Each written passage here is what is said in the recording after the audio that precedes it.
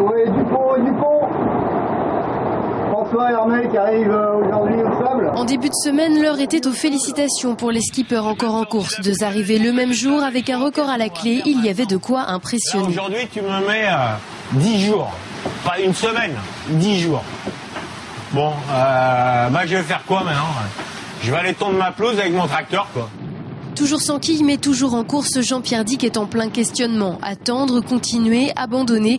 La météo de la semaine ne lui est pas favorable dans le golfe de Gascogne. Et pour éviter tout risque inutile, le skipper décide de se mettre à l'abri dans la baie de San Ciprián, au nord de l'Espagne. Je peux toujours prétendre à la 4e place malgré tout. Il va falloir que j'attende un peu. Mais bon, ça me paraît une option globalement plus safe à la fois pour le bateau et puis pour le bonhomme. Donc c'est la décision que j'ai prise pour l'instant de m'arrêter. Je repartirai probablement dans la nuit de samedi à dimanche. Il repartira dimanche matin.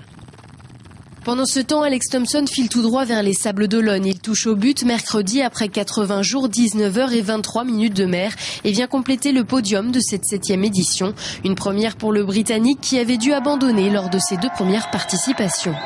C'est un honneur et un privilège de pouvoir participer dans cette course. Ça fait 10 ans que je suis impliqué là-dedans. La troisième fois que je fais ça, ça fait partie du DNA ADN de moi et de la famille. Et je pense que ça serait pas possible d'imaginer 2016 sans le Vendée Globe encore. À l'arrière de la flotte, la situation se complique pour Alessandro Di Benedetto. Le skipper a déchiré son génaqueur et essuie des conditions difficiles. Mais même sur une mer agitée et sous la pluie, le franco-sicilien s'est resté positif. Au moins, elle est presque tiède. Rester positif, c'est d'ailleurs le mot d'ordre d'une bonne partie de la flotte cette semaine. Le plus dur semble avoir été fait et les regards sont résolument tournés vers la ligne d'arrivée qui tarde à se présenter. Qui sera le mois de l'arrivée au Sable d'Olonne. Mais tous, à commencer par Jean Le Cam, doivent s'armer de patience, le vent étant en congé et les allures ralenties. Et nous sommes dans la pétole, dans la calmasse, dans la bonasse, voilà, il n'y a pas de vent.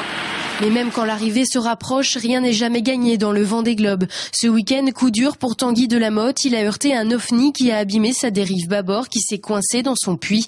Une voie d'eau s'est déclenchée et le skipper a dû mettre en route sa pompe électrique pour vider son bateau. Il a ensuite essayé de débloquer sa dérive à plusieurs reprises en vain.